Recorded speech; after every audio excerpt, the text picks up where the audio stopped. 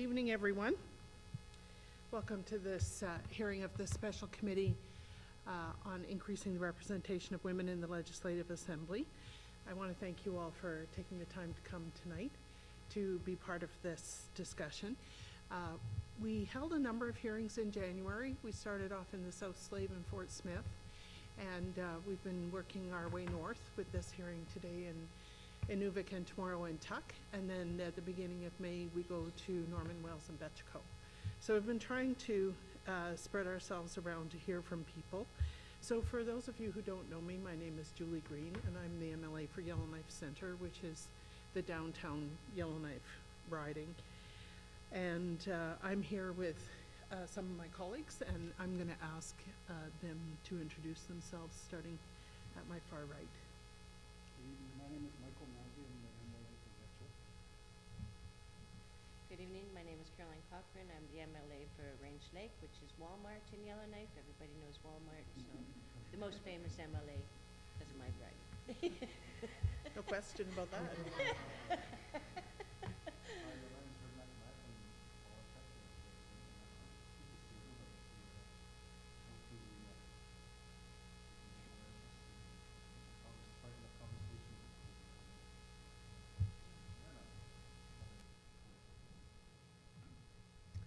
Thanks, Herb. We have some staff with us today as well.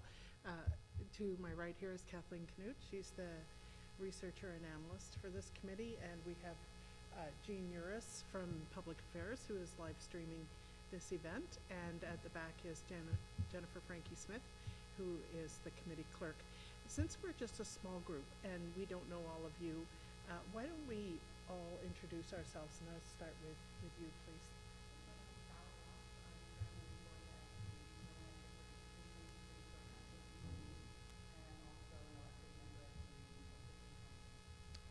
Thank you.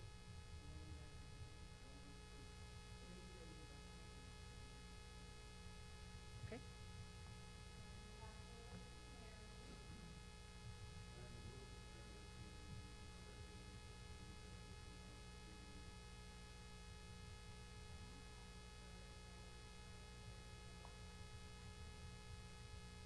Thank you. Okay. Okay, good.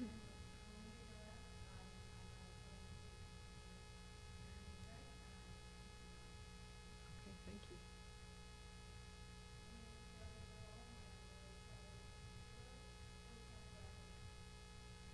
Excellent.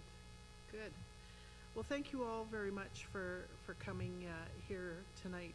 So this committee was formed last fall, and the mandate of the committee was to find out ways to increase women's representation in the Legislative Assembly. So we needed to do three things. We needed to identify the barriers that are preventing women from running or succeeding now. Caroline and I are the only two women MLAs there, and 2 is the normal number. We also were asked to describe incentives that might reduce or remove the barriers. And finally, to recommend changes where appropriate to the current rules of the Legislative Assembly. So we've tried to engage people through hearings like this, and we sent out letters to different entities, town councils, band councils, Aboriginal governments, and non-governmental organizations to ask them for their input. We've had a number of submissions, and in the last session we produced an interim report that primarily dealt with policy issues, such as how to make the Legislative Assembly an easier place to be if you are the primary caregiver in your family and your children are very young, and they need you there all the time. So I realize I haven't asked Michael if he would say a prayer for us, but I'm wondering if you could do that, Michael. Yeah. Okay, sorry, I am putting you on the spot. It's true.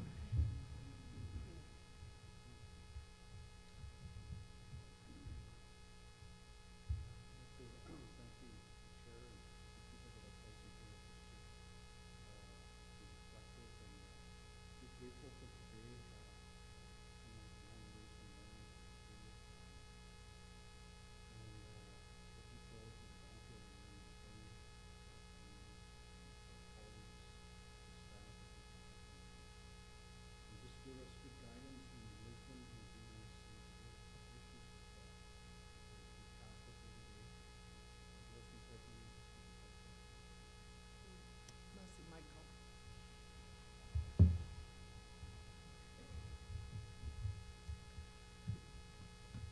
So we have a number of printed materials at the back that describe what we're doing and the background to that.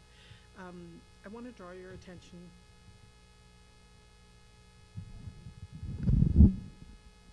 Okay. I want to draw your attention to the paper called Temporary Special Measures. It's a method of increasing the representation of women by guaranteeing seats to them.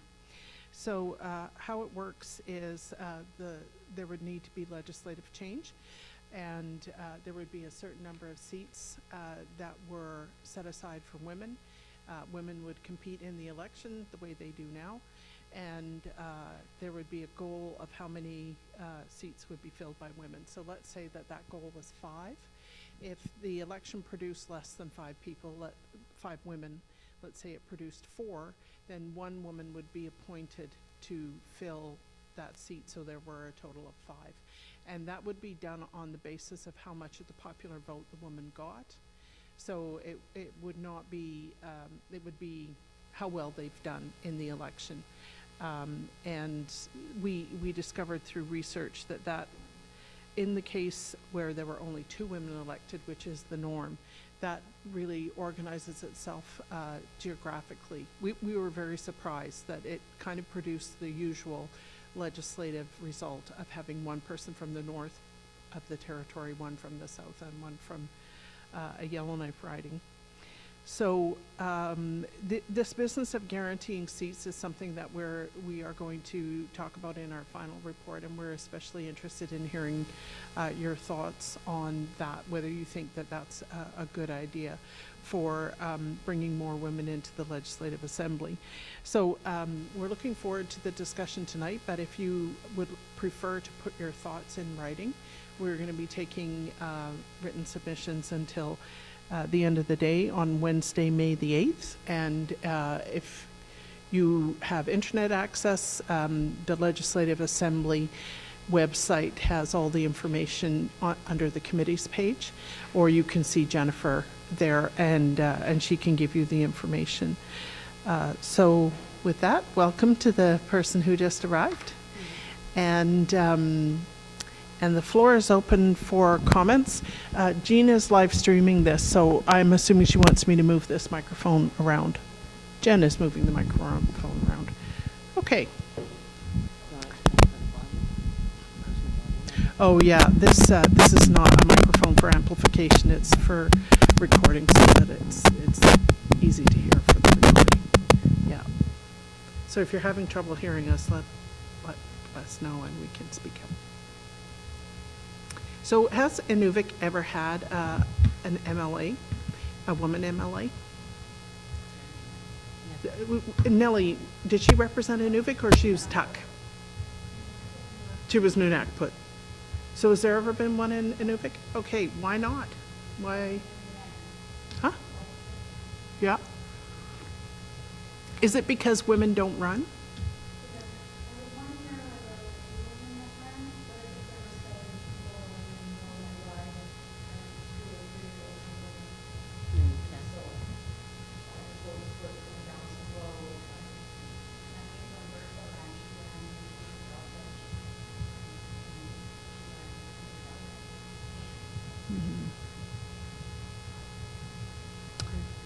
Yeah, when the ridings are very full of candidates, I mean, that's as true in Yellowknife as anywhere else, then, the vote tends to just fragment all over, and the person who wins by just a few votes usually. So it's hard to say exactly what you could do about that to increase the representation of women. I did a number of skill development workshops, and Carolyn was with me for that. We did them in February and early March, and we really encouraged the women there to try and spread themselves out as much as possible rather than running against one another in the ridings. Because in the end, if we get more women to run, but they're all in the same ridings that they're in now, then it's not really going to end up being a benefit. So.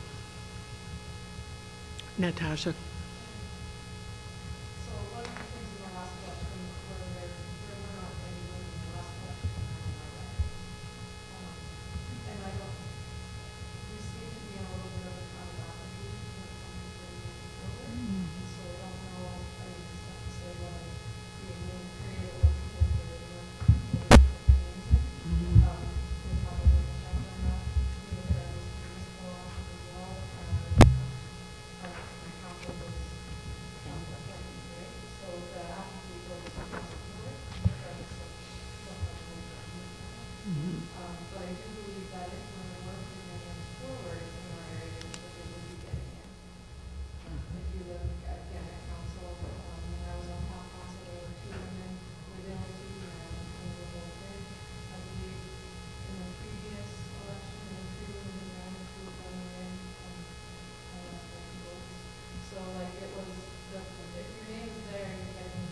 Yeah. very good support. So I definitely find the importance of these types of meetings very high.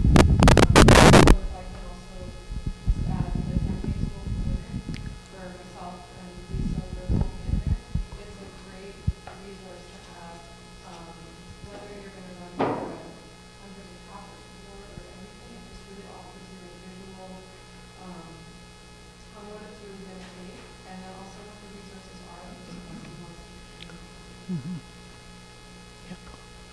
Yeah, thanks very much for that. I just want to underline that research bears out your point there that if women run, they tend to get elected at the same rate that men do. But the problem is getting women to run in the first place. Yeah, Lisa? I think another, like, when I think about barriers of why women don't run, and I think we're our worst enemy. Uh-huh. You know, I think we get to a point where we don't feel like we have the confidence or we have enough experience. Like, we even see that in government, in management. Like, we're starting to see more women being managers, and, like, you know, there's a few, like Sarah, and that, you know, they were at these top level positions, but we don't see it so frequently. That I think women, you know, going along in my experience was just that there wasn't a lot of our own people that we grew up with or that we're surrounded by that were in leadership. And I was raised by a woman that really was in the leadership, but even then I always felt like I wasn't smart enough or could do this or could do that. Like, even running down the DEA was just, I didn't even realize, you know, I didn't even step into that for a long time into my adult life because that's just not, it was somebody else that did that. You Yeah. know, I think that's what I say, we're our own worst enemy when it comes to leadership, and I think we're focused on that we're getting jobs and we're in those jobs and we're keeping those jobs, and we don't want our jobs to be affected by an election or, you know, things like that. I think those are some barriers that, How do we address those? and then when you go into these small communities, it seems like it's the same people that are on all the boards, that are on all the, and you get this burnout almost that you're the only one, like, not so much in Inuvik, but when I see the smaller communities and you're on different boards, it's the same people, and then do they run for, you know, when they feel like, well, I have all these other things that I have to put them on, you can't just drop them. So I think those are some areas, and like I say, that I think after taking that campaign school, you know, that's one of them that gave me more confidence. It's like, okay, I actually know what a campaign looks like and what I should be doing, and I think for myself, it's the rules, like I need to make sure I follow within the rules, and where we're on that first enemy, if we don't have all the ducks in a row, we're not gonna jump into it head first. Not saying men jump into it head first, but they might do it sooner than a woman. Yeah. And then for some women, it's, I need to deal with my family, you know, because you're raised that you're the caregiver, even though you have your husband and you have, but you're the sole caregiver. Right. You know, with your partner, like, you feel like you need to be there, so I think that's another. So, Lisa, a few points that you raised there, if you wouldn't mind, I'd like to ask you a couple of questions about them. So, one is this business about your job and the election. That one we've heard before. So, what women tell us they're worried about is that they're gonna have to take time off of work, and then they're expensive money.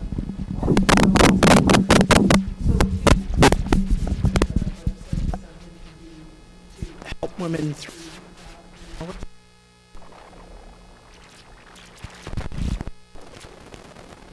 If I'm thinking, you know, I mean, I can't speak. Just for women though, because I, you know, like that's a family decision, so if you're a Sure. single woman and you're raising your family, and heck, Yeah, there needs to be, if that's the case. If you're in a family, that's a family decision, but, you know, we don't sit here and talk about it, but it's our husband's running. you know? So I don't, and I think that's one thing that whenever I hear about this, it's like, I want to get in because of who I am, and, you know, because the people that have elected me feel that I could do the job, not because I'm a claim to a seat that was left for a woman. You know, that's one thing that I don't want to be in that seat. And I don't want to be given something that wouldn't be equal to Kurt's family or anyone else's family. Like if there's a time when there's a subsidy, if you're working and you can claim for your family, then for your election, then that should be for everybody that's running. I don't think it should be women specific. Because I don't want to be elected because of my. I know. You say it, I say it all the time. I want to be the token Aboriginal on board. I want to be a token Aboriginal at the table. I don't want to be a token woman. I want to be there because I'm Deserve it. equal and I deserve a seat and people have faith in me. And if the person next to me that was running and if that's who was elected, it was because Yeah, I just want to correct a misconception about the guaranteed seats. The women who are eligible for guaranteed seats have to run in the election, and they have to be the top finisher who finished without a seat. So they come from a pool of qualified women, of women who have the drive to be there, but they have not, you know, they didn't win the seat outright. So it's not like it's a second best, because you're still coming from this place where you've fully participated in the process. Do you know what I mean? So my question is back to if I'm running for a specific seat in a specific riding, Yeah. that's because that's who I want to represent. And you know, at the end of the day, yeah, I'm in Madison and I represent everybody in Northwest Territory. But if I'm on this side of the house, I'm going to be pushing what's coming from my home, right? Yeah. And that's what, you know, so if if both seats are filled in Inuvik by a man, am I going to be represented somewhere in Yellowknife that I have no idea about wishes or the people? Yeah, so that's a really good question. And so the idea is that all this kind of detail needs to be worked out. But one of the ideas is that there would be 2 representatives in a riding.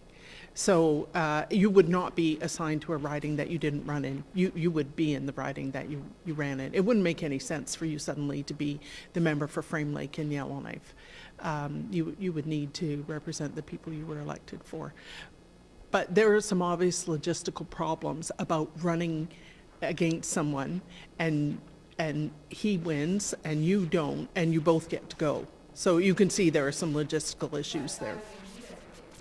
That's right.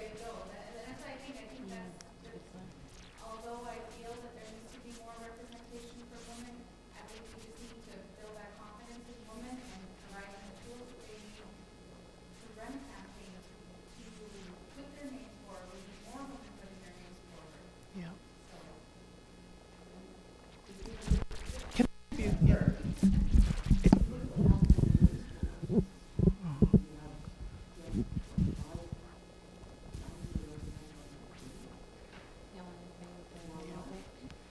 Yeah, I think there were 5. Portsmouth, 4. Yeah. So I think some of it is not years, but maybe some of just their own ins and outs of what's involved and being a member of the legislature.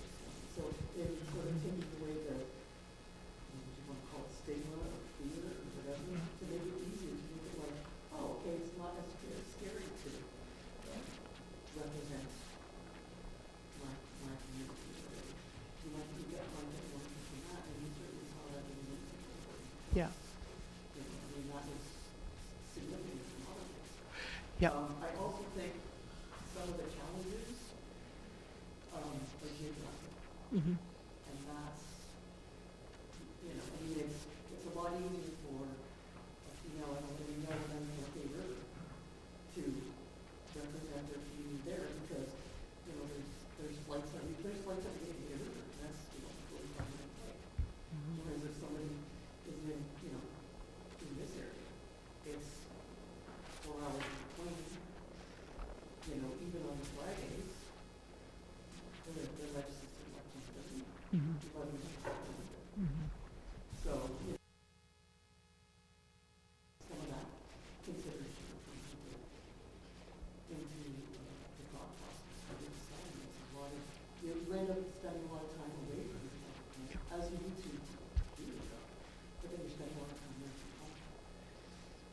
hard, it's a hard balance because, you know, you want to do it, but you have, you know, as you said, you have your responsibilities here.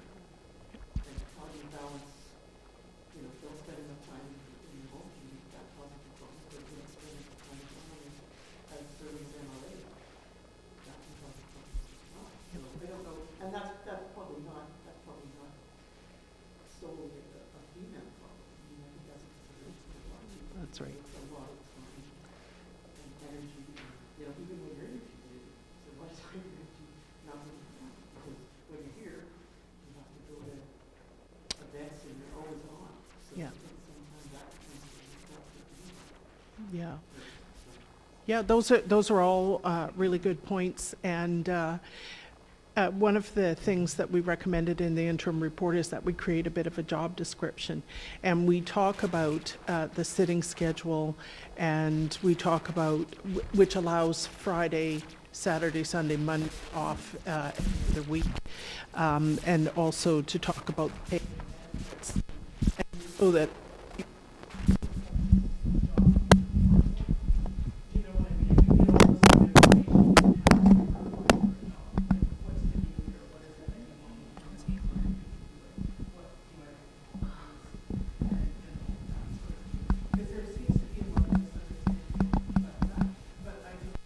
point that the further you are from Yellowknife, the more challenging it is to be a member of the Legislative Assembly. I always say to people, if you're one flight, you're lucky. If you're two flights, it's too much. You know, which I think is one of the reasons that my colleague here elected to live in Yellowknife rather than in his home community. Did you want to make some remarks? Thank you. Getting back to Lisa's comments about being a token, I totally agree with that. And how do we? You know, I think it's going to take more of a concerted effort somewhere else rather than, let's say, appointing somebody to. Otherwise, you know, where's the competition? Where's the transparency? I don't know what that is, but how would the public look at it? You know, and that. But how do we overcome those to make something more? I don't know. What do you say? More. I wouldn't say competitive, but more suited for the region, so that we actually hold these campaign schools and activities like that to enhance women running into politics. But at the same time, I for myself, like being from Polytech, you know, first time being an MLA from there, and you know, having another role, I was in. Sometimes I was sitting here, you know, on a conference like this, and you know, and typing into to another one where I'm actually trying to, like, hey, well, geez, where am I going here with this? But at the same time, trying to juggle two. I think at the end of the day, we need to do more for women, to encourage them to maybe Joseph needs to stay home with the kids more. You know, maybe you like that, but then again, you know. It's really hard for me coming from my hometown. Like my dad, you know, he went away for school, I think in the 70s, you know, to work as a lineman, and my mom was home. My mom went to grade 2, so she was always home no matter what. That was a given in our family, and none of that was going to change over their adult lives. So we knew that my mom had the stability at home to help us prepare for school or work or whatever it was, for hunting and fishing. So there, you know, for and you're looking today where there's professionals sitting around the table. Just from where I look at it, I'm like, geez, some people would think that they are crazy to leave a secure, good-paying job that they're probably making a retirement out of, you know, and risk it to run. There's all those factors that we need to look into. So how do we as a government, and how do we as, you know, municipal and Indigenous governments work to change that so that it actually benefit people a little bit better? And look at, maybe we have to change the salary structure not for just individuals, but maybe families. I don't know. There's other things that we need to look at. We're so one-track minded in our society in North America that we need to go around the world and see what other countries are actually doing, and not copy, but maybe build something ourselves too. I think we really need to think outside the box on this one. And you know, I encourage females to run. You know, in my region, I as well too. You know, we need that diversity, and I think sometimes a lot of it comes from women. You know, my wife is, she's not going to run. She's, you know, we earlier this week before we were preparing for this trip, she was like, geez, two of us, if both of us made it in as MLAs, we'd never see each other. One would probably be a minister, one might not. We might, you know, get divorced over that, you know, because we're like, ah, geez, you know, you're not working with me. You know what I mean? Like, there's all those things that we actually really need to think about. You know, when we think about something like this, we could sit here in this arena, you know, literally an arena, but at the same time in the curling club, and sit around here in the circle and talk about it. But we need to be realistic about what we talk about in the real world as well too, because this is the real world. We need to be like, how do we fix that for everybody so that we can actually have a level playing field for everybody involved, you know, and more or less, how do we help the women? How do we encourage them more and more? You know, it's good to see Joseph here with his wife Lisa. That's actually, you know, that's the first sign.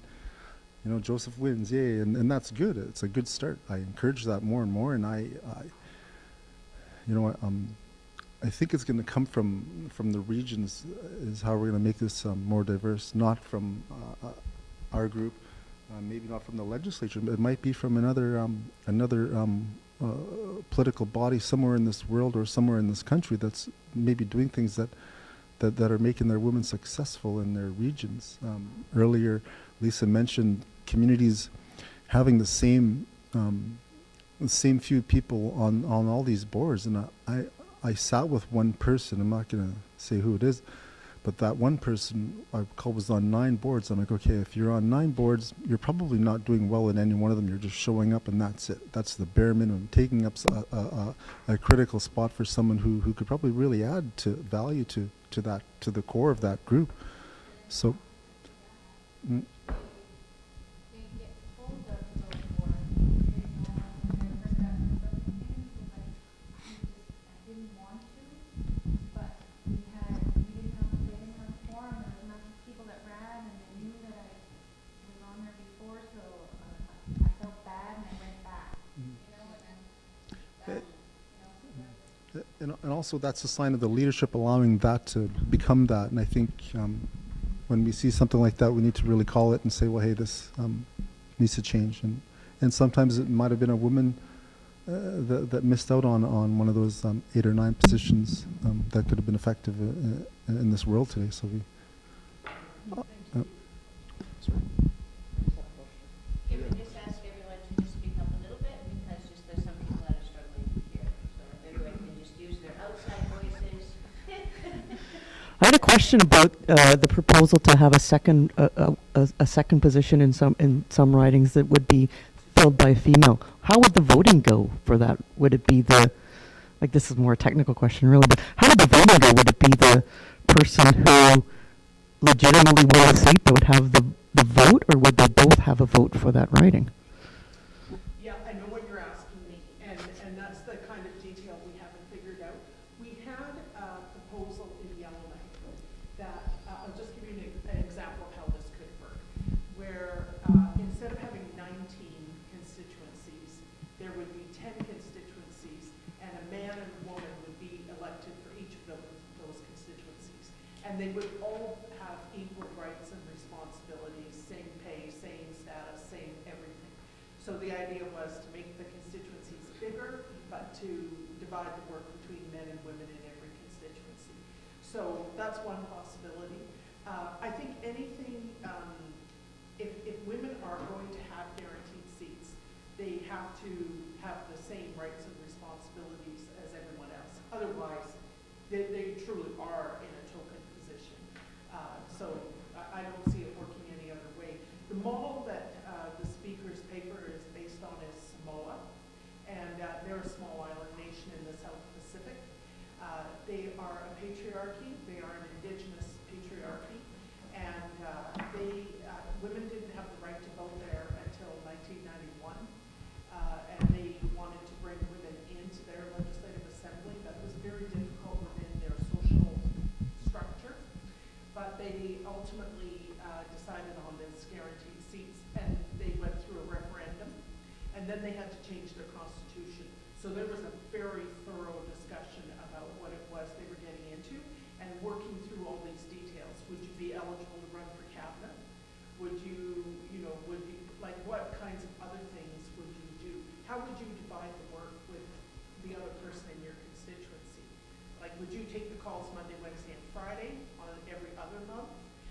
those are the kinds of things where there really needs to be a lot of work done. If people embrace the idea that guaranteed seats are the best way to kickstart women's representation, then there's a whole pile of work to do about how would that actually work. Especially knocking on doors, it's already 1,000 doors to knock on, even in the Yellowknife rifle, so we make less riding to looking at 2,000 doors to knock on in a month. But you would have to, you know, you could also have a lot of people. So, but that argument could go versely, right? Like if 5 women ran in one riding, then do you guarantee a man a spot in that same riding by the same rule? That's how we have that. And then what about people that don't identify independent? Sorry, just bring it up. So I have a comment going back to, when we talk about barriers, and I recall several years back before the GTC had a female chief or president, and she refers to herself as Grand Chief. I was at the assembly in attendance, and I was in attendance for a couple days in the audience, and I was really thinking about some of the messaging that was given. And the one evening, I sat down and I wrote a bit of a speech to deliver there. And I talked to my mother-in-law, who was active in that, and I spoke to a few different people, and I really wasn't sure if I would want to just go and stand up and say what I needed to say. Long story short is that I did, and when I stood to the podium and I started to speak, what I experienced was a number of the men at the table physically turned their back when a woman was speaking. And for me, I just thought, how is that possible in this day and age? How is that possible that a woman's voice is not of equal merit as a man's? And that was the day that I decided to run for the NGC council, and I was elected in on the first try. And I just think that I've experienced that, and how many other women in this community have experienced that type of behavior? And you can go as far as talking about people vote in familial lines. People do all kinds of things to make that alliance with who is in power. But for me, those types of behaviors really are a deterrent for some people. So I just wanted to add that. Oh, okay. Speak into the mic. Okay, turn the mic on and speak into it. Because people watching on Facebook won't be able to hear. Okay. Yes, that's very interesting. There is, I have to say, I've experienced that at the Legislative Assembly, and I'm sure you have as well. I don't tolerate it very long, though. I have to say I don't tolerate it very long, though. Well, I can say I stood my ground as well and completed my speech and did what I needed to do, and I did get a good round of applause from the women in the audience. Yeah. And so for me, that was just, it was really a turning point for me. What I've noticed is it's not, sometimes it's not that the men are trying to stand in my way, but that they are totally uninformed. So for example, it was a big bulletin to my colleagues that the only place to change a baby in the Legislative Assembly is on the floor. That's the only place that you can change a baby in the Legislative Assembly. Funny how But we just dealt. Maybe in Walmart, they go to the bathroom and sit on the toilet if you want to sit down. Right. You could do that. You could sit on the toilet and do it if you wanted. But there's absolutely nothing set up for a woman who needed to change her baby. I agree with you. We are, Joseph and I sit on the same council, and we are in the process of building a building. And we went to Edmonton to deal with some of the logistics. And I said, you need to make sure that there are changing tables, not only in the female washroom, but in the male washroom. And I was shocked to see that there weren't in any. And, things like that just don't occur to people that don't have the responsibility of changing that child. That's Right? And, we had to make sure that all of those things were in place. So when people come to our building, come to our office, they can do what they need to do. And we have the facilities to meet their needs.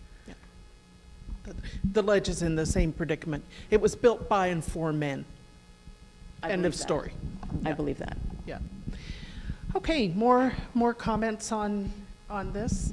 Yes, they were going to bring you the microphone so that the Facebook live stream will capture your comments. Tell us your name when you start speaking. We haven't met you yet. My name is Minerva Ward. I'm new to the North. I've only been here just over 1 year. I work for the GNWT. My thoughts about women running, I think women in general, there's a confidence issue. I think, like Lisa was saying, we are our biggest critics. I remember sitting at a Tourism Vancouver AGM a couple of years ago at the Rogers Arena, and the board of directors they were on the stage, and there were 3 women, I think 7 men, and I noted the body language of the women. Very like this. Men were like this, legs crossed, they were in charge, they owned the world. Very, very telling of the body language of the women. And I think it came back to a confidence issue. When I read the profiles of the people sitting in front of me, the women had fantastic profiles, probably way more qualified than any of the men there combined. But it's almost like they question whether they deserve to be at the table. And that stood out for me in my mind. Women, no matter how qualified we are, no matter how competent and capable we are, we always second guess ourselves. So whether it's politics or leadership or management, there's always that question, that inner voice, am I good enough? Where's my voice? And when women do decide to speak up, I've seen it over and over, it's almost like a man speaks louder. There's pressure from his voice gets heard. Ours are. And when you live in a community, up in the North, and obviously I'm not from the North, but one thing I've noted, Indigenous women up here, culturally, don't necessarily speak up. It's just culturally I've noticed a difference, right? Doesn't mean that they're any less capable or competent, but culturally it's just, they may be very quiet and thinking at the table. So it's almost like the voices of women, and more so Indigenous women, are almost drowned out by the noise of other players. So I think that's part of it. That it's hard for women, and I think it's doubly hard for Indigenous women to speak up and to be heard. How can the barriers be lowered or removed? There's only one thing I can think about, and I'm still fairly new to the GNWT, so I'm not sure how the logistics of this would work. But I don't know if there's any kind of special leave that could be granted to women who choose to run in elected politics, some kind of special leave, either with pay or reduced pay or something, and a guarantee of their job, if they're successful or not. It reduces the risk of losing and not having a job to return to, losing those benefits and so on. So like I said, logistically, I have no idea how that could work, but at least that, yeah, the risk factor is reduced, and you still have an income, and you still have a job to go back to, no matter what the outcome is.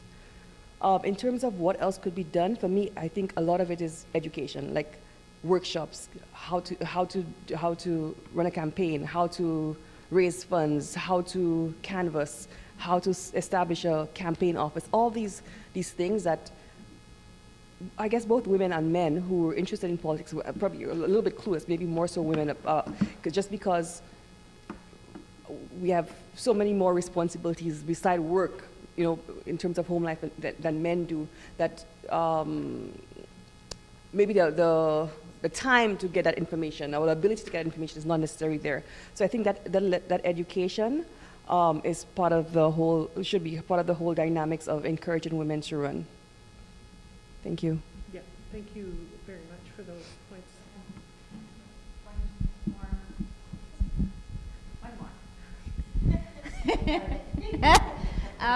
One of the things that I think we need to do is really with our youth, I think, because I noticed that here in Inuvik, like even trying to get kids interested in going for like the youth parliament and that, and it's like you're talking to them and they're just like, you know, we're not engaging the, like I remember sitting on the DEA there's hardly a student council, and there was never, like, I think a few times we had a student council rep come to our meeting, but, you know, it was never formal. Like, we're not teaching our youth to be part of this system that we live in. You know, that as they get older, and, you know, so like we have youth that are in the community. Why are we not encouraging them? Maybe it's not a priority, but if we get it into them sooner, and I always think, again, for myself, like the confidence, you know, building that confidence. And we see if we have more women, like, you know, on different boards, like Sally's on one board, you know, I was on the DEA, Melinda was on town council, you know, we have this confidence, and then you run in an election and you win, and you're just, it boosts that confidence. You're not even at the level of the legislation, but when you win, it's like, people have faith in me, you know, and then it's like you get that confidence. So even starting off with them in school, and then trying to build that into, because I think we raise men, and I always think of just traditionally, you're leaders, you're strong. My grandmother always, even though she was on the road, she was my primary caregiver, you know, and just always having that sense of, you know, we're not discounting any men that are single fathers or anything, but it's the opposite. That's the general population, especially in the communities and stuff, is that we see. And we think, you know, and I say, well, I have home life. Well, if I didn't have my husband to take care of all the things that I don't take care of, there's a mutual, but he don't, like, you know, if we were going to say, okay, you're going to run, you're going to do this or that, we might think I'm going to say, who the heck's going to clean the snow when there's this blizzard if you're gone for 3 weeks in Yellowknife, you know, but, you know, it's just, we have to start to figure out ways to support people that are candidates. And then, you know, saying you're potentially thinking of running, even as a woman, and you start to say, well, yeah, I'm going to run, you know, or I'm going to put my name forward. You get the looks, and you get, oh, you know, and you kind of get discouraged, like, what, you don't think I could do it, you know, or, you know, so it's almost that because you're not a man, and like, you know, even in our household, everyone is like asking Joe, is he gonna run? And it's like, no, and then it's like, she's gonna run, and then it's like, oh, you know, you get that. So I think that's just going back to, in politics, you know, it's always been more men than women. So we have to just put more women. We just got to build the confidence in women so that they put their name forward. So if we have equal amount of women running as men, I'm sure we're going to get more women. It's just we have to get more women to the ballot. Thank you. She's bringing you the microphone. That's not a microphone. It's for the Facebook Live. Could you tell us your name and tell us what you're thinking? Hi, can you hear me? I lost my hearing in 2015. I had mumps, and I never knew how a disability person live. We do have deaf people in the community. They're the happiest people that I meet.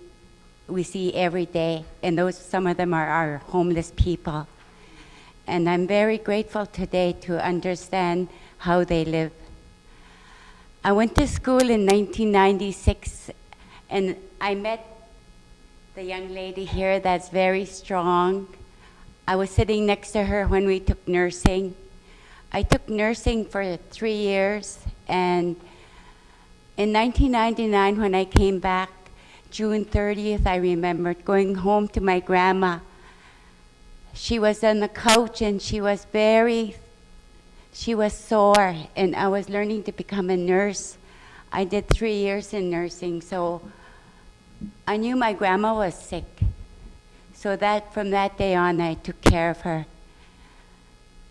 When it was time for me to go back to school, my grandma asked me to stay with her till she passed on. Her birthday was September 29. That's the day I also got married on. I came to the hospital on September 29. at 5 o'clock because I had to go to the doctor the next day. She passed away that night at 3 in the morning. I believed I was called to be away from my grandmother that day. It even made me stronger because my grandmother said, one day I'm going to help my people. My grandmother asked my leaders to help me to finish my school. My leaders never looked at me. They never supported me with letters. I still have my letters today written to the education department. I still have my newspaper, the one I wanted to become a nurse, because my granddad said, you keep it in the back of your pocket and you're going to become that person. Today I keep it in my little jewelry box. My grandparents are my world. I'm here today because of them. My grandfather told me my people is going to suffer. I'm a Gwich'in beneficiary, but I'm married to an Inuvialuit. I sit next to an Inuvialuit at school. They get big monies. Mia had 4 children. I don't know how many children she had, but I never got the support. My husband paid my way through school. He's an Inuvialuit carpenter. My name cheats the people because it's an Ileanic. They think I'm an Inuvialuit. They treat me really good. But the government, in government paper, I suffer. And my kids suffer too because when they're born, they go under the Gwich'in, under the mother. So when they get old enough, I learn them about the land claim, and my children choose Inuvialuit. Because my grandfather told me never to give up my land claim. Even how hard I suffer, I never give up. 2010, 2000 I came here. Nellie Cornier brought me here. She brought me to help her people. I lived out of my suitcase. I traveled to every community talking about careers. The little children, learning them about what they want to become. You have to ask them what they want to become. When I go to Ulhaktuk, and I ask them what they want to become, they say, I want to come just like you, they tell me, because they see somebody that want to help the people. At nighttime, I work with the adults. Daytime, I work with the children. The adults need more help. That was 2000 to 2010, I worked with the people. Lots of women still get abused in the community. 2010, my husband had cancer. 2010, my husband's niece asked me to take her son in because of abuse. 2010, abuse. She asked me to take him for 6 months. Last year in August, we attended her funeral. I adopted that little boy. He's going to be 13 now. When they opened the coffin, she was all abused. Where's the system today, I ask? 2015, I had a really good government job. I wanted to see how it was to live in Inuvik, why people were not really helping one another, because I said Inuvik was made out of gold, the roads, because every place got funding. Why? One summer I just sat in the front here, just to see the people walking, just to see who's helping Inuvik.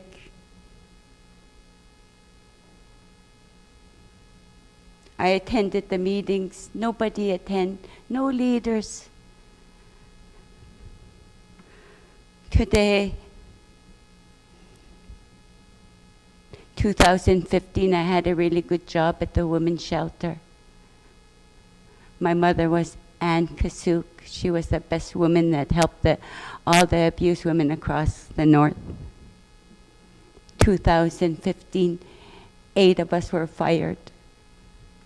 I was offered that job, and just a few days before my term was up, they fired me, and I couldn't understand. Since 2015, I've been struggling for work. When I became so low self-esteem, I became ill with cancer. I lost my hearing, but I never lost my hope. I never lost my family. They were there for me, especially my little adopted boy. Today he's my hearing aid, because I can't hear behind me. I wonder what about those other women, because I never gave up hope. Today, I'm trying to start my own business because I can't find work. As I trained as a career development officer, lots of good experience in computer.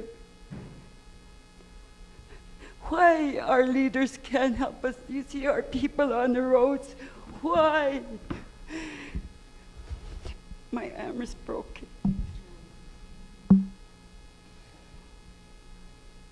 I don't know why.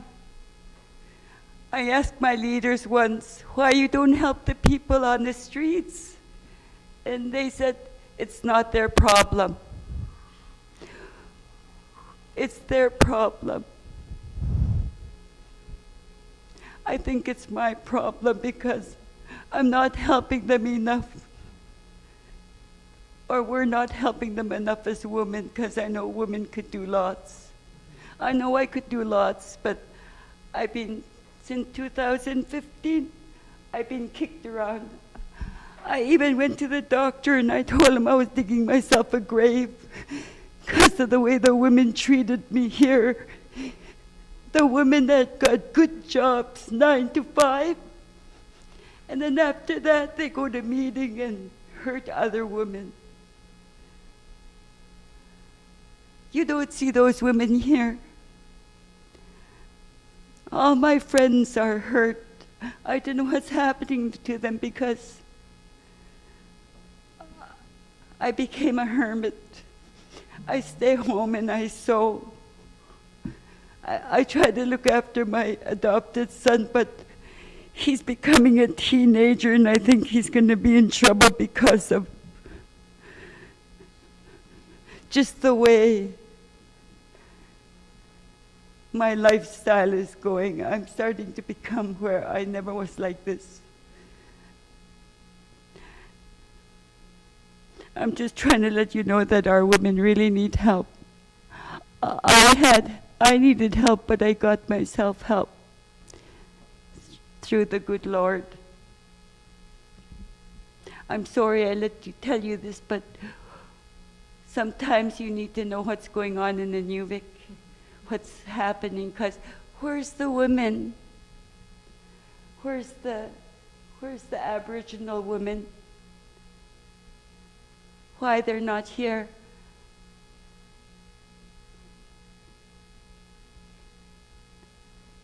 I could go on more and more, but to tell you the truth, I really need our leadership to hear that women are suffering in Inuvik, not only in Inuvik, the smaller communities. Big time. Thank you. Thank you. I just want to say one thing if I can. And it's not really about the women, but I want to talk about the women in homelessness because when I came into politics, it was because I worked at a homeless shelter and I cared about women that were homeless. But I do know that one of your leaders actually did bring it up to me And I have to be honest, Alfred Moses actually brought the concern to me and stated that there was concerns with the homeless shelters here in Inuvik. And I knew there was homeless problems in Yellowknife because that's what I worked in before.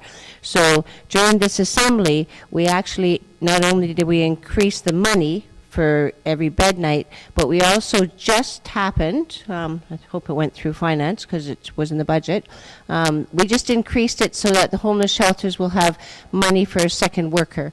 So it's not that nobody hears, it's that there's so much need and just not enough to go around. But people did bring it to our attention, and people did hear. So I just want to say that, you know, that we have a lot to do for women. We need to do a lot more to build them up, make them have confidence, feel good about who they are, value them for what they contribute in society. But only because people keep speaking out. At some time, your leaders hear, and it's only when people keep speaking and saying, we need you to hear, that's when they hear. So thank you for sharing, though. Thanks, Carolyn. Thank you for sharing your perspective with us. Sarah, go ahead. Okay, thank you very much. My name is Sarah. The daughter of the first Dene appointed member of the NWT Legislative Assembly, John A. Charlie Tadlici. And I remember during my graduation, they predicted that I would be following in my father's steps. I came pretty close to it when I applied for the Languages Commissioner at the NWT, but I need to share this. I was asked to come down for an interview, and I was told that I had to travel on a Thursday. So I got on the plane here, and I was told, when you get to Yellowknife, come straight to the Great Hall. And I said, why? Because when you get off the plane, pick up your luggage, come to the Great Hall, you're going right into the interview. And I thought to myself, you know, all the government departments, most of them, hire people. Maybe they hire specialists to come up north or from the NWT to come and do work for them, maybe do workshops. But they have the opportunity to travel to their destination, check into a hotel, do their makeup, maybe change, and then go for an interview. There I was at the Great Hall, in the clothes that I traveled. And they invited me up to the speaker's office. When I went in there were 4 men there. And I said to them, of course, the women read, and they looked at each other and they said, what are you talking about? I said, well, 4 men against 1 woman. I said, you're ganging up on me. They laughed. But the outcome of the interview was that I was not asked one question on the Language Act. This had to be the most informal interview I had ever had. And towards the end, one of the members of their interview team turned to Paul, who was the speaker at the time, and said, oh, first of all, they asked me, if you were successful in this position, would you move to Yellowknife? And I said, no. I said, I have a house to maintain in Inuvik, and I'm not moving to Yellowknife to pay rent. So one of the guys turned to Paul and said, can we move the office to Inuvik? And so Paul said, yeah, I think we can. So I knew I had the job. And I think I was able to do that because I was in management. I have the education, I have the confidence, and today I teach life skills. I admire Ruth for sharing what she did because that's the story of our life. At the community level, we know what the concerns are. We know what has to be addressed. When the Legislative Assembly started holding back money for treatment centers, Delta House here, now it's a homeless shelter, there's a warming center, What kind of programs are they delivering there to help people? Especially the people that are being sent down south to pound makers. Some of them 2, 3 times, coming back and right back into it. No aftercare. A month ago, I said to my husband, we have a camp on the river. Let's open it up and let's do aftercare. We've been doing programs for 3 weeks now.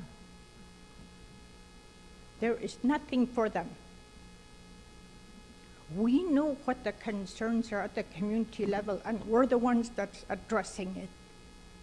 And with an attitude like that going into the Let's for an interview to the Little Boys Club, there's no way I'm gonna ever think of running as an MLA, because if I go in there, everything I say is gonna fall on deaf ears. We're Aboriginal, we're First Nations, we have our education, we're smart. But sometimes we're just too damn smart for our own good. I have 3 educator friends that ran for MLA, 2 here in Inuvik, 1 in the Satu. You talk zero tolerance, talk about lateral violence, lateral attacks against my 3 female candidates. Barriers? Yes. Really, big time. My uncle was the chief, and I was the band secretary in Fort McPherson. I was too outspoken.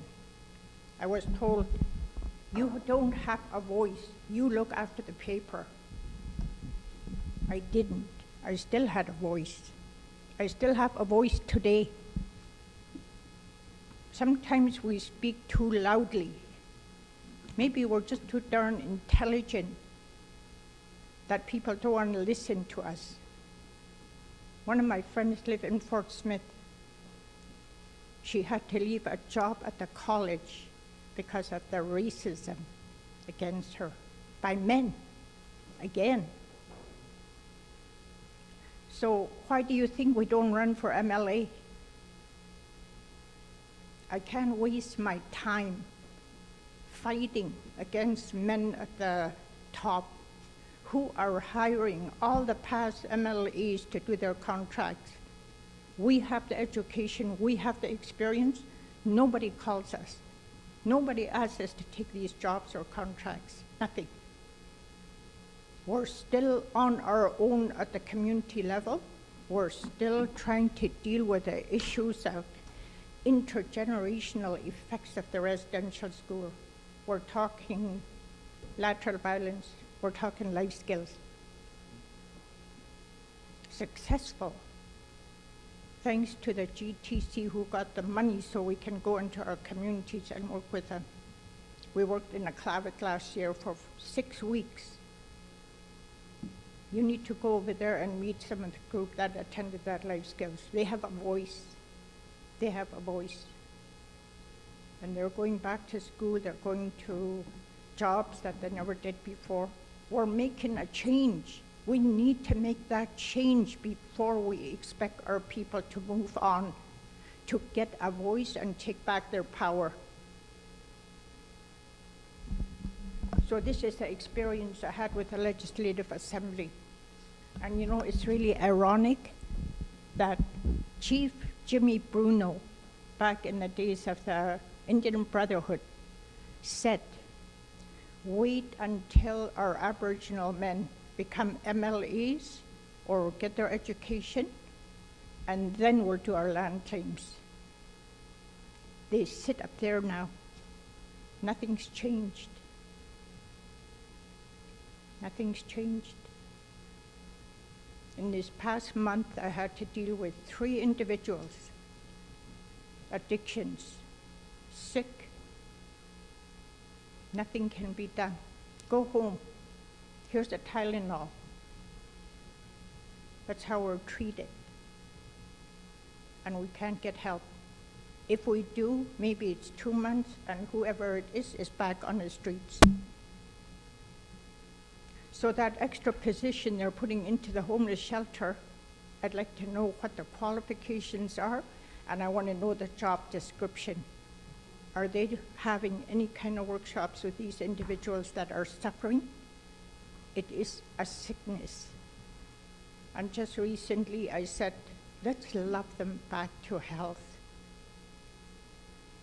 We don't know where they're coming from. We haven't walked a mile in their shoes. We need to. As grandmothers and as mothers, we're spread so thinly sitting on all these boards, trying to share as much as we can. And then you come along and ask me, what are the barriers?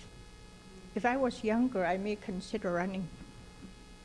But right now, I have my work cut out for me. I have to work with the young people. I have to educate them on the traditional and survival skills because some of them have no idea. If I leave this job and go run for MLA, I'm going to be fighting a losing battle. So that's why you don't have women running. And the other thing is that there's a lot of lateral violence. When women put forth their name to sit on boards, to run as councillors or whatever, a lot of lateral violence. I've seen it with two of my friends here. It's disgusting how women are treated. I needed to share that. You need to know where we're coming from. You need to know how to represent us. You need to get down to our level and visit us. You need to talk to those people on the streets, find out where they're coming from. Our MLAs, where are they?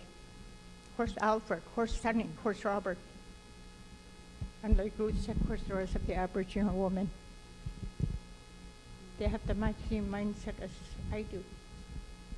You know, we express our concerns at these meetings, and a lot of times it gathers dust. So it's just wasting our time. And I speak on behalf of other women. I spoke to other women about this, and that's what they said to me. We've already raised our concerns. So I hope that this time there will be changes, but also the other thing that I'm concerned about is that if a woman runs and does not get the vote she needs, we're going to put her in anyway. I applied for a job as First Nations, and in that resume I said I would like to be hired on my own merit, not because I'm an Aboriginal First woman, because I need to earn it. I need to be proud of it, like anybody else. Thank you. Thank you very much, Sarah. I appreciate your remarks. I appreciate how upfront you are in your assessment of what's going on for women. So one of the things that I get asked a lot is, why do we need women there? And both you and Ruth have answered that question. I don't find that my male colleagues talk as much about these issues as I do. And so we need women there because women have their own unique experience of the world that they need to represent directly in the Legislative Assembly. And that's something that we can only do for ourselves. You know, we are who we are. So I'm a non-Indigenous woman living in Yellowknife, and my reality is not your reality. But in an attempt to try and represent women all over the NWT, I try to talk about things like family violence, the lack of daycare, the cost of daycare, about the terrible rates of sexual violence that take place, how difficult it is to engage the police on investigating that sometimes.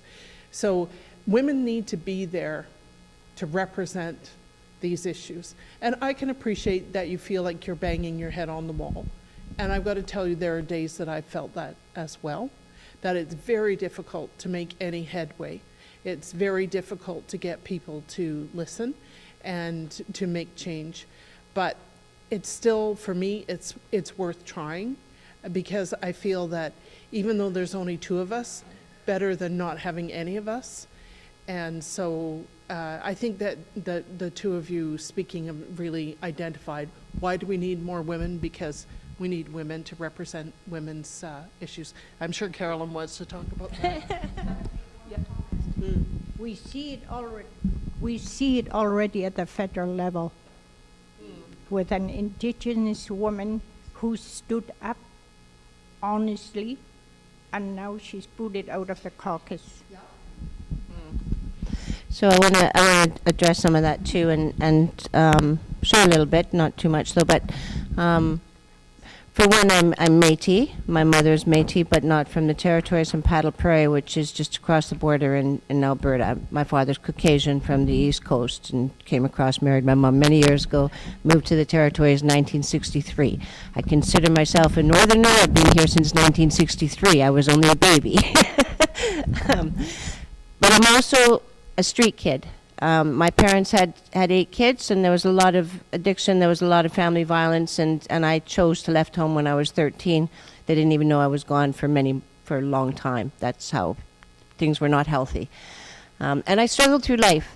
I struggled, and I'd been through addictions, and I've had men who have been, my children's father got into crack cocaine.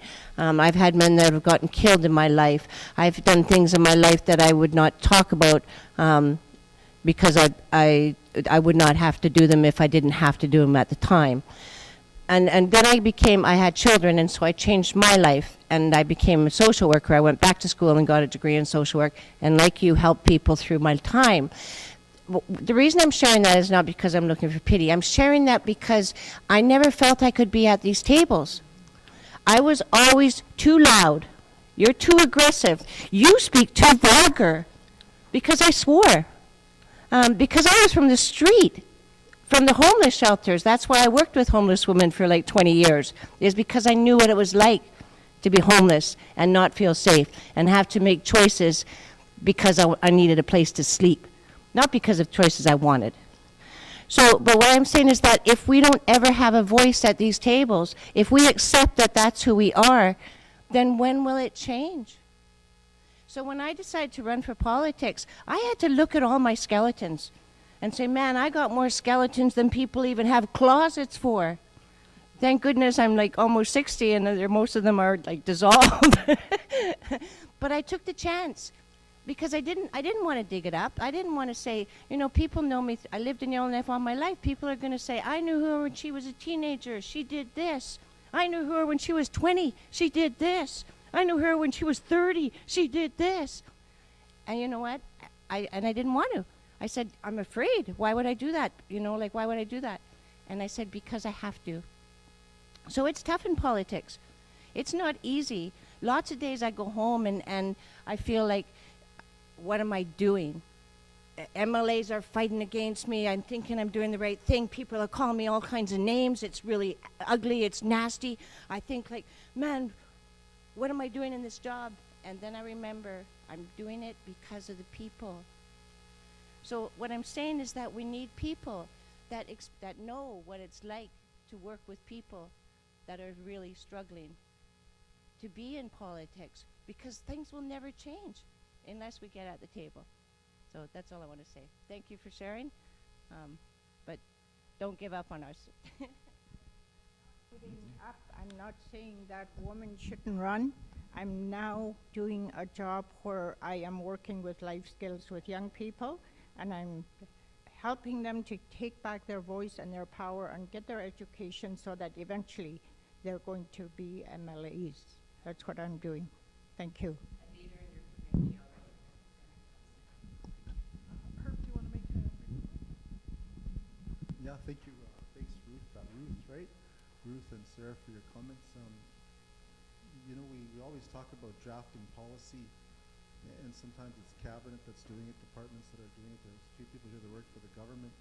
I think women are not going to run in some regions or some communities. We need to have them help drafting the actual policy that will help people, because you're right. We talk about this arena right here, and then we go to the next stage. Sorry if I swear sometimes. I swear a lot when I'm sitting around with my colleagues. I swear at them sometimes because I'm like, what are you thinking? And it's honest, it's back and forth. Politics is not a nice place to be. I found coming from working in international politics where it's very diplomatic to territorial politics where it just like, you know, at the beginning they were stabbing me behind my back. Now it's just right in front. So, you know, I'm not kidding. It's in some reasons, people like, oh, geez, well, you know, we can always disagree, but the thing is, as long as we agree to work together at some point or another down the way, we can develop something good. We need to have women drafting policies with every department, you know, and actually leading those teams. I think that's where we might become more effective in the working, you know, at the departmental regions. While we have 2 MLAs, female MLAs right now, we're looking forward. We need to look at that picture and say, well, hey, this is, maybe things will start to work and become more friendly for women that way, rather than, you know, like having guys. I'm not saying anything about guys here, but I know some men are very ignorant and they protect their circles when they feel threatened. It's so easy. It's easier for somebody to push you out than it is to work with you. And I found that being Indigenous myself, being Inuit and working, you know, all over the place. I'm like, you know, sometimes they see you as a threat, and the easiest thing to do is just get rid of you like that. And it's tough. I've been, you know, thrown out of arenas where I'm like, geez, I wish I didn't say that. I said that once, but I'm like, whatever. You know, you learn from those things, right? And I think we need to encourage women to step up in other areas, you know, where their leadership skills are actually going to be useful. You're talking, you're not going to run anymore.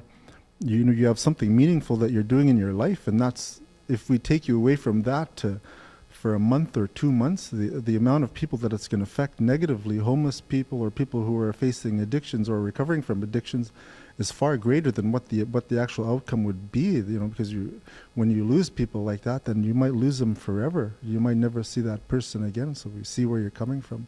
But you know, there's a lot of young people in here who could take a few body checks and, you know, can go and, you know, go into the corners and work hard sometimes and lose a little bit of integrity, but still come out with enough to, okay, well, this is what we have to work with, you know. And sometimes we forget about that, like, oh, you know, we, like with all my colleagues here, we argue some days. Some days they're actually heated arguments, and literally, but that's sometimes what it takes to get things done. It's, you know, you never encourage someone to go walk into a place where that's going to hurt them, but you know, if you find somebody with the strength to look past that and work with it, then maybe that's what we need to focus on here.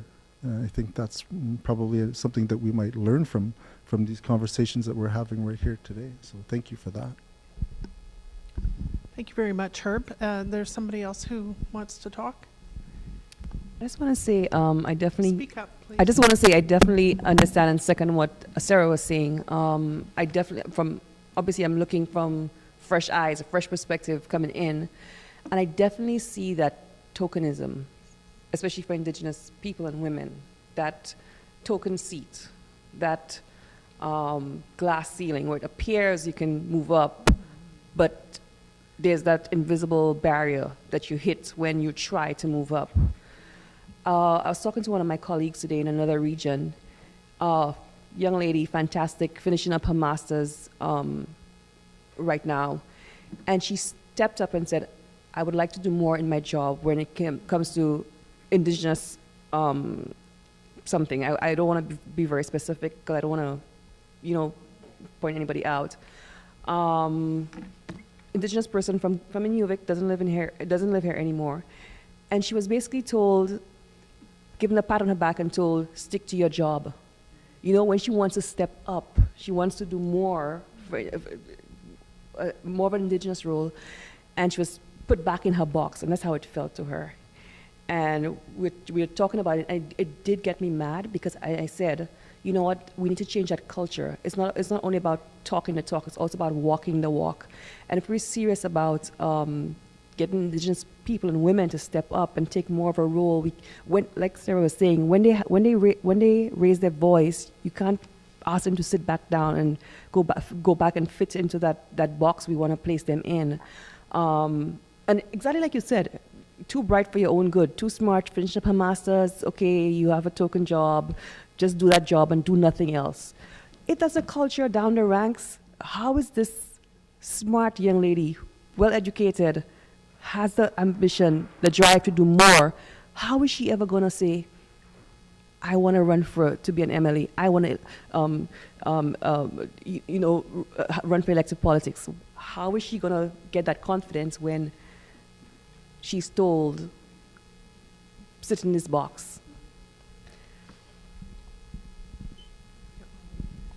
Good question. Thank you for your comments. I think that's a very good question.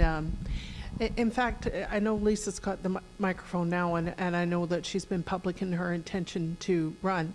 So how did you address that confidence question? How did you decide I you was have just the going to say, confidence to run? I know there's a few people around here that have had the same, around this table, that have had that same experience. And I mean, that was one of the things that I think years ago in my own career that was done to me. And then I think, like when I look back, I think that was a very dark, you're never going to do this, you're never going to move up because you don't have this education and you don't have this, but yet it's okay, I could sit in, I can act, I can do this, you can give it to me when there's nobody in the position and tell me I'm doing such a great job, but you can't do that.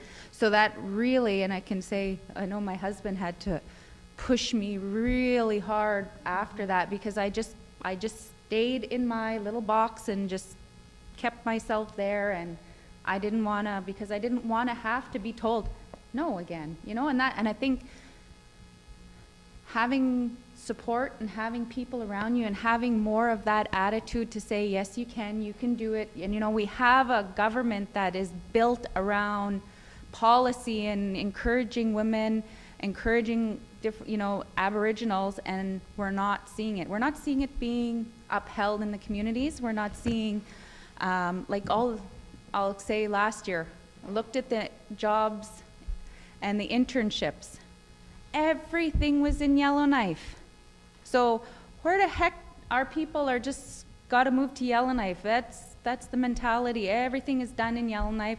If you want to do anything, you got to go to Yellowknife. I don't want to go to Yellowknife. I don't want to be in Yellowknife. Like, if I have to be there for work and things like that, yes, but this is my home. And, our kids are the same way. If they want to go do an internship, they go out, they go to school, they come back, there's no jobs for them, And I think this is where I think a lot of times we don't see anybody fighting behind the scenes, because it might affect their re-election if they push something, or if it's made to look like, well, no, I think we'll just blow it out of the water. We'll tell it how it is. These policies are not helping our people to gain these jobs. You see it in Inuvik all the time. People are being hired into jobs that are from outside, and our people are being passed up. And maybe they don't have that master's or that diploma, that degree. They have a diploma, or they've been working in the job and doing all the stuff.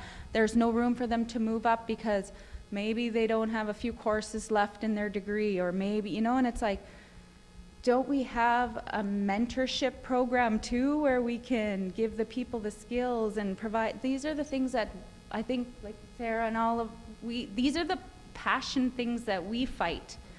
And not saying every man or woman we're all gonna, and that, I think the social parts, but, I always say, well, even when Melinda and I went to campaign school, we were like, she's got the business mind, and she's like, and I got the, the social impacts and all that understanding. So maybe that's a barrier, because I don't have the confidence to move forward in an election because I can't understand all that today.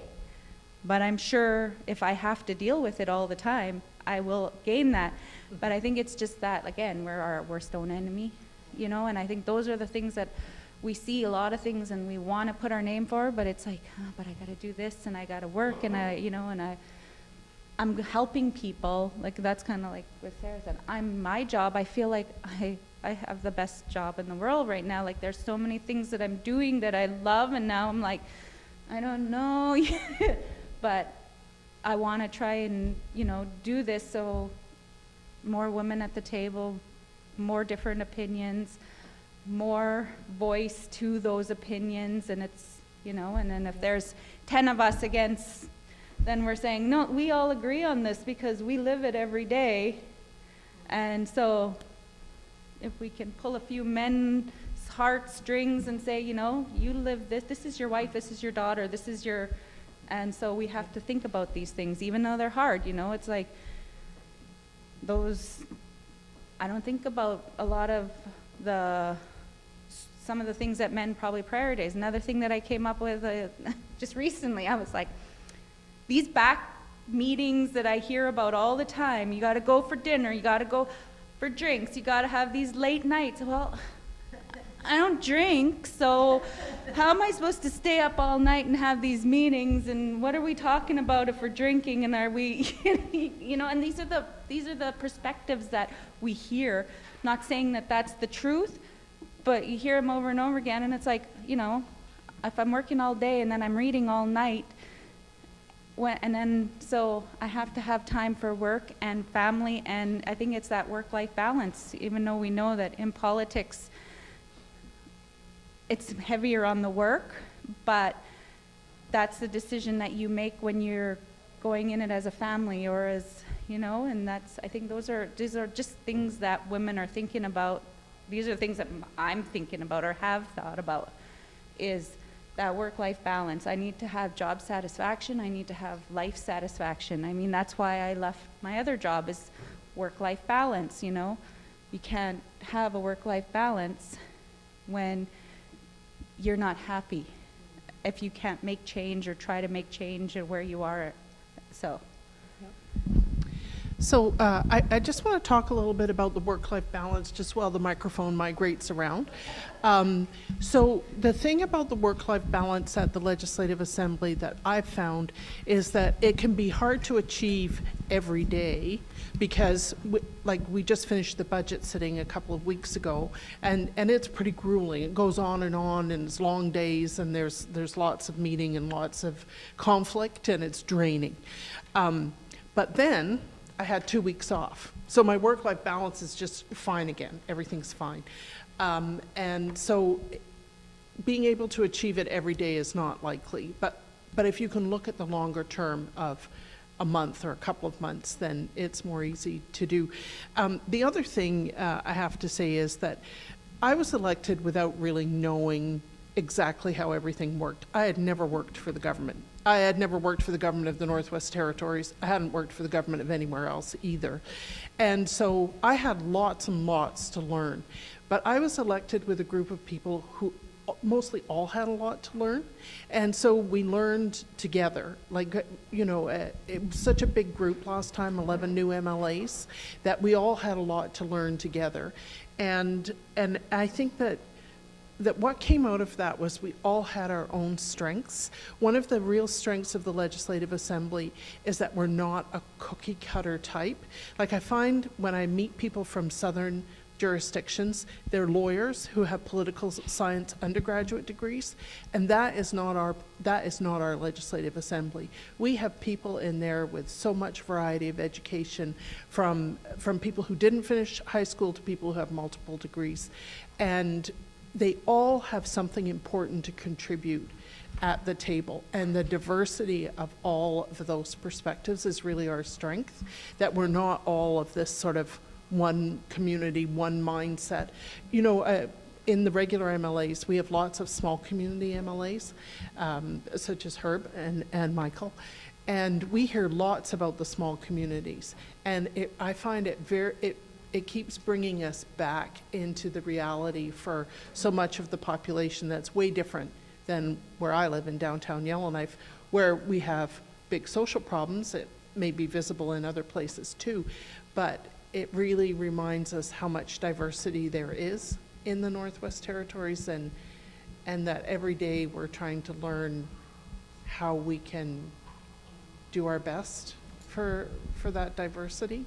It's super challenging, but that's one of the rewards of the job for me, learning lots and dealing with those challenges. Anyway, I sort of overspent my time there while I was waiting for you to get the microphone. Go ahead. I just wanted to really echo what Lisa and both Sarah had said, because I think part of why we're sitting around this table is the majority of us are loud women. And, you know, I've been told that many a time myself. And, you know, Lisa and I specifically, we worked in the same environment, and we both saw that glass ceiling that the other lady talked about. And, you know, I went from a position where the Aboriginal representation was minimal, and I'm now in a position where I work in a department that is 100% run by Aboriginal women in this region. And for me as an Aboriginal woman, I find that very empowering.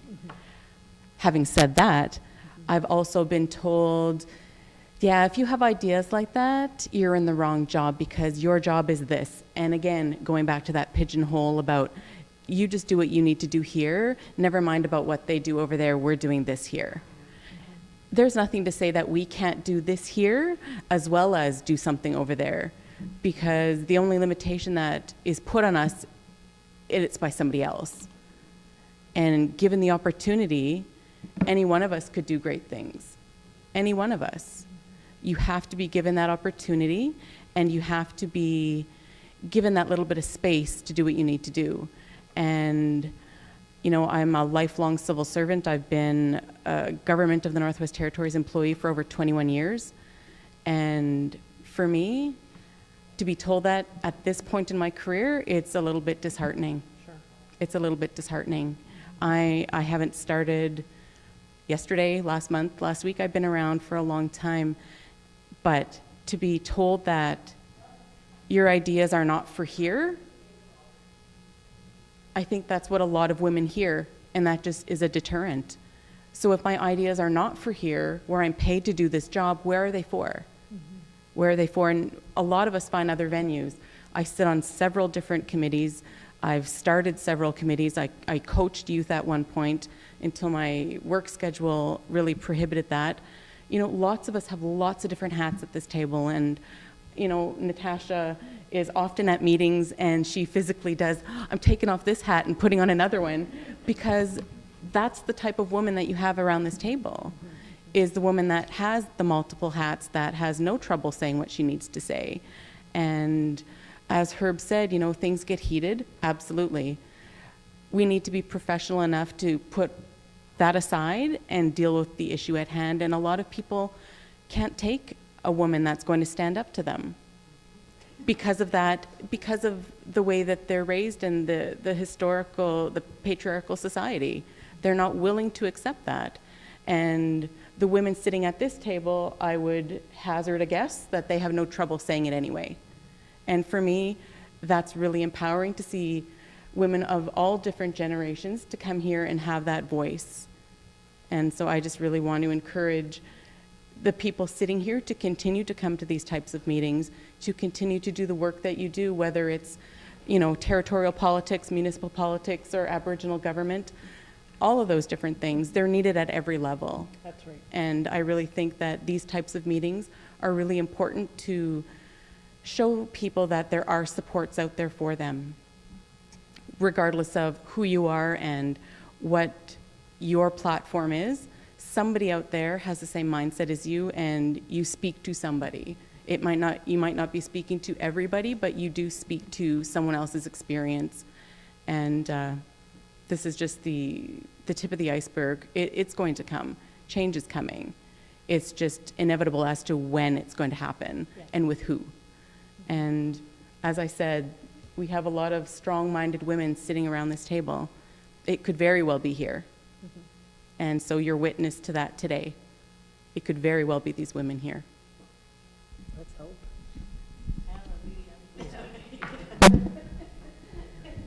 We hear from the husband who was going to support his wife in that. Would you like to speak? Anyone else who hasn't had the microphone would like to make remarks? I don't want to put you. I don't want to put you on the spot, but feel comfortable to tell us what you're thinking. The mic is so funny. I feel like I'm karaokeing, which I like to do.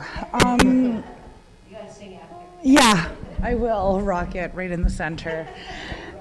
I don't know. I was listening to everyone, and I think this is really exciting. I did go to that the schooling for campaigning with Lisa, and it was really, really great. And I loved hearing you ladies speak. It was really nice. I don't know that I think barriers have been there, and everyone spoke about them really, really well. But I think they're being broken, and Sally said that at the end, by strong women. And it says what are the barriers stopping women from running, or not allowing women to run? And I want to say because they're doing something else. Yep. And really important things. I think we have really powerful women. Sally talked about an office that she's in that's all Aboriginal women. I know exactly what office that is, and it's an office I work with for my business. I've been running a business for 14 years. I've put a lot of apprentices through the apprenticeship program that is a government program.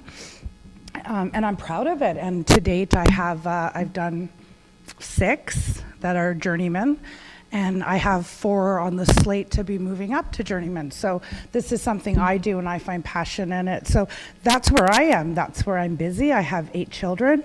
I'm on umpteen boards. I run a club. We're super busy, the women that should be up there. And I think I think about powerful women, and I think about Dana Moran. She's a MACA director. I think about Lisa Semler, used to take care of all the nurses, moved over and is always moving up in her career. Linda Binder just took over Parks Canada as the field unit superintendent. Natasha Kolowski takes over mayor. There's a lot of women already in powerful spots. What you're doing is so powerful, Sarah. There's so many women around doing those important things.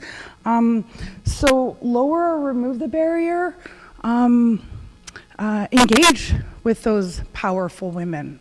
If you have that certain things come up, seek out those powerful women. They don't necessarily need to sit at the ledge to be powerful women. They're powerful women amongst ourselves. And, if someone wants to know about, running a small company in a small town for 14 years, it's hard. Really hard. And with no support from my own people. As an Inuvik beneficiary, I've never been given anything from them to date. And if I did get anything in the last little bit, because the government decided to give them millions, it's been hell. So look for those people, look for the feedback from those people, seek them out. You're running a program, you're put together policies. Find out from the people that create these policies. Maybe not just open mic meetings, but literally go into, these people's offices and find out, what our barriers and what do we need to do and how do we support this and what's the best way to do it and what could be the goods and bads out of it. Because I don't think we need to be at the ledge to be powerful. I think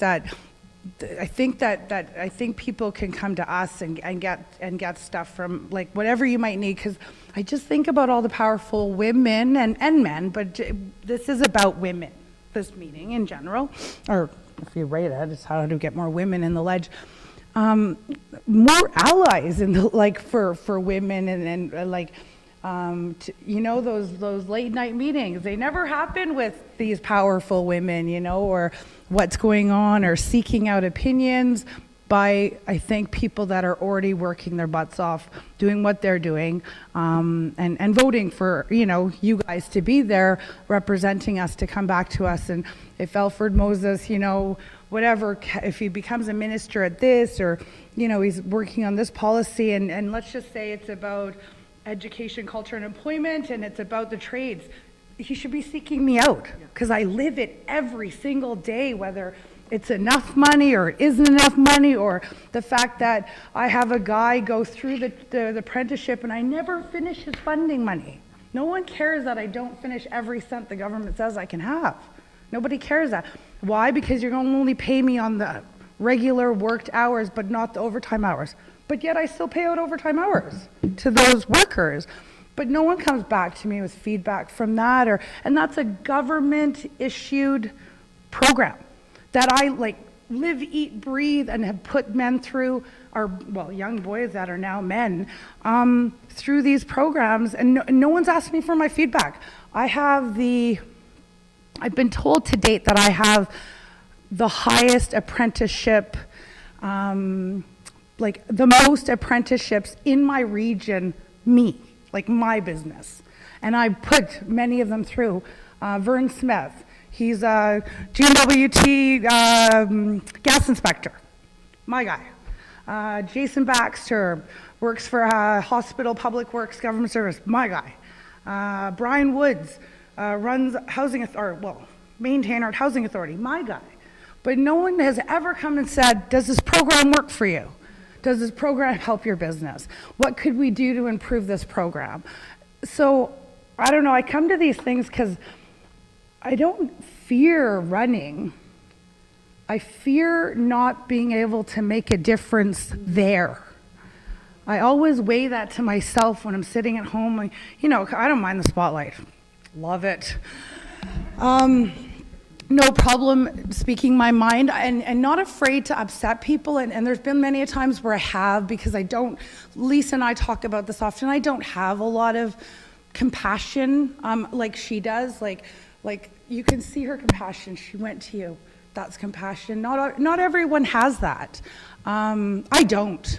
I work hard. I wonder why other people don't work as hard as me, and I don't understand. And it's a hard thing to be in one of those places. I wish I could be more like Lisa, but I'm not. So that's why I think that was one of the things I spoke with you ladies about at that last meeting I went to, is that I get scared because I'm just not compassionate enough, and I wish I was more. But I'm not. I'm hard worker. No one's ever given me a handout. I don't lie, so I can't work with people that lie, so I lose out there, which is a lot of there. I treat my workers like they're my family, so they are, and I put a lot of energy into them, and so I just think that, I think that I weigh out that, is it worth it? Can I make change there? And I get scared that getting caught up in government processes, I don't know that I can make as much of a difference as I feel like I am in other places, whether that be, on boards or minor hockey, as little as those things. But I mean, my daughter sitting beside me. I think I lead a good example for her. She's taken part in, the RCMP depot. She's been in the PAGE program. She was an MLA for a week. She's done Foxy. She's done Students on Ice. And she's 15. And I mean, that's where I would have been when I was 15 if I had those opportunities. So I think it is what will make it, and I mean, I think I'm setting that example. My daughter's a curler. I don't know if you know this, but she represents Team NWT for the last 4 years as a curler. We've been to many national events. I raise with two other parents $40,000 a year fundraising to support their curling. That's what I raise on the side of everything else I do. We raise that. And so I think that's where my lack of compassion comes from. I'm like, what? You want help buying a house? Nobody helped me. So it's hard to be compassionate. Is probably another reason I have a struggle time to run for politics, because I just don't have that compassion. I think you should work really hard. And that's where you and I would have a great conversation with you, because you might be able to put compassion into me. It might be something I need to be taught, but I've just been so hardworking and burned, and no one ever helped me do nothing, and I had to get it done myself. And I don't know how to do it any other way. So when I see people that can't do it, I don't understand why, because I burn the candle at both ends to do it. So that's a bad platform. I'm never going to get any votes that way. I accepted that. But I'm also a really good advocate for many other things, and I think that I would be a good resource for, someone a minister that was on one of those boards that I work thoroughly with. But there's lots of us around. Gail Anratty helps to run the Inuvik Youth Center. There's so many different people around that I think could be called upon to help lower barriers and remove them by including them in what you do, and where you're going with, like, the information that you receive and how you bring it to the ledge and make changes and work on policies. I just think that more grabbing from the people that live it every day, and seeking it yourself, not waiting for the ones that come to you that are complaining, because sometimes that's like, it's very one opinion, one thought, whereas if you kind of go out and seek out some of this, I think it's really important to just don't forget about the women that are out already being leaders without being in the ledge, because I think there are strong women everywhere. And I think a lot of these women around these tables I know are growing, strong, leading women, which will have absolutely no fear running. Absolutely none. I just don't think I'll have any vote in the sense that I'm not compassionate enough. But that's okay. I'm okay with that.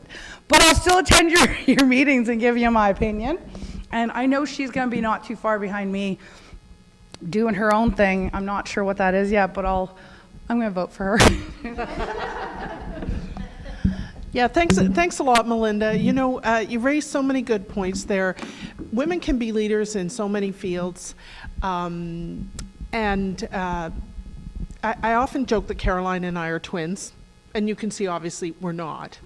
But we came from a similar position in our work lives, where we had worked for nonprofits, for women serving nonprofits. And I think both of us at the same time, we're the same age as well, at the same time sort of said, okay, the next thing we have to do is go and shake them up in there, that what they're doing is not working. And so that was a really big motivator. But I recognize that you can be very effective in another way. My partner runs a small business and would be frustrated at the speed with which things go in the Legislative Assembly. It's slow. People kept saying to me at the beginning, how is it? I said, it's incremental. You wouldn't believe how, compared to nonprofits where I had spent the previous 6 years, it was so slow, and there's so much negotiation that needs to go on that you need the right temperament for it, or you need to be able to get that temperament where you say, it's a small win, we're going to go with this small win, and we're going to keep trying to fight for the bigger one. So I want to say congratulations for running your business for 14 years. That's no mean feat. And for knowing what you're good at. I mean, this isn't a job for everyone. Now, Carolyn's other hat is ECE, and they are in charge of apprenticeships, so I'm sure her ears have just been flopping. I didn't know that. I have a feeling they did know that, and that's why anyone who has 8 kids, has a business for 14 years, is fundraising on the side, knows a lot more than you're putting out there. And I want to say thank you for being here again tonight, because I use you often as an example when I'm talking to women, because I often get challenged, especially in Yellowknife, where I'm from, my riding. So a lot of people in Yellowknife are not like our riding, are not actual Yellowknifers anymore. It's the whole dynamics of my community has changed, whereas the majority of people in my hometown are actually from the south, with really southern ideas about what women should be in power, what they should look like, who they should think, how they should think. And I'm challenging that the whole time. And I use you as an example because I say, like Julie said, we're both in the social field. And Julie spent 6 years fundraising. I spent 20 years trying to keep centers open, so same kind of thing.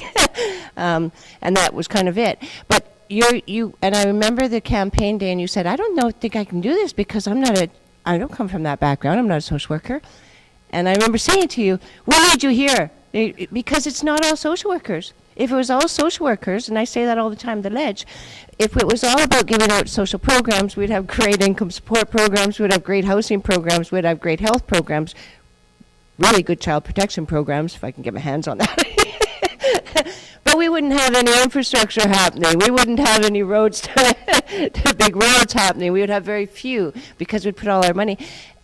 And you need both. So one thing I've learned as I've gotten older is how important balance in life is. You can't always have one, and maybe that's why I like the circle of life, because it's about balance. It's not just one half or one piece. So I want to thank you with that. And women think differently. So I know that Lisa talked about, or somebody had talked on this side about, putting yourself in and just worrying about your campaign. But I think that women do think differently. For example, I am education, culture, and employment. That's why I wanted the mic. But it would have been great for me. My riding is Yellowknife. Very southern-based community now. Very Caucasian-based community with their whole ideas from the south. So if I would have said, we're going to do a Polytech University and it's going to be in Yellowknife, do you think I wouldn't have guaranteed myself an election? Absolutely, I would have been superstar. But I never, because I didn't come to politics for my own good. Man, I'd go back to the nonprofit world if it was for my own good, because this is like really bad for my mental health, this job. So I did 3 strong communities, 3 strong campuses, which I think women do. And I do want to say I'm sorry about the apprenticeship program. I mean, I dealt with the Polytech University. I've only had the portfolio since April. Polytech University, I'm giving them an income support program. In December, I met with, like you said, nothing without us,